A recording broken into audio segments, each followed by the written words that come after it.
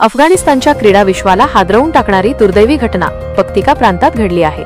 पाकिस्तान सीमेजवळ केलेल्या हवाई हल्ल्यात अफगाणिस्तानचे 3 क्रिकेटपटू ठार झाले आहेत। या घटनेनंतर अफगाणिस्तान क्रिकेट मंडळाने पुढील महिन्यात पाकिस्तान व श्रीलंका यांच्याविरुद्ध होणाऱ्या त्रिदेशीय मालिकेतून माघार घेतली आहे। पाकिस्तान आणि अफगाणिस्तानच्या सीमेवर तणाव वाढत आहे। शुक्रवारी दोन्ही देशांनी 48 तासांच्या युद्धबंदीला मुदतवाढ देण्याचे मान्य केले। मात्र काही तासांनंतरच पाकिस्तानने अफगाणिस्तानच्या पक्तिका प्रांतातील अनेक जिल्ह्यांमध्ये हवाई हल्ले केले। या हल्ल्यांमध्ये 3 अफगाण क्रिकेटपटूही मारले गेले। कबीर, सिबगतुल्ला आणि हारून हे 3 खेळाडू पक्तिका प्रांतातील उर्गुन येथून पूर्व पक्तिका प्रांतातील शराणा येथे मैत्रीपूर्ण सामना खेळण्यासाठी गेले होते। सामना आटोपून ते परत गावात पोहोचताच एका कार्यक्रमात त्यांच्यावर हल्ला करण्यात आला। या हल्ल्यात खेळाडूंसह एकूण 8 निष्पाप नागरिकांचा बळी गेला आहे। अफगाणिस्तानने याला पाकिस्तानचा भ्याड हल्ला असे म्हटले आहे।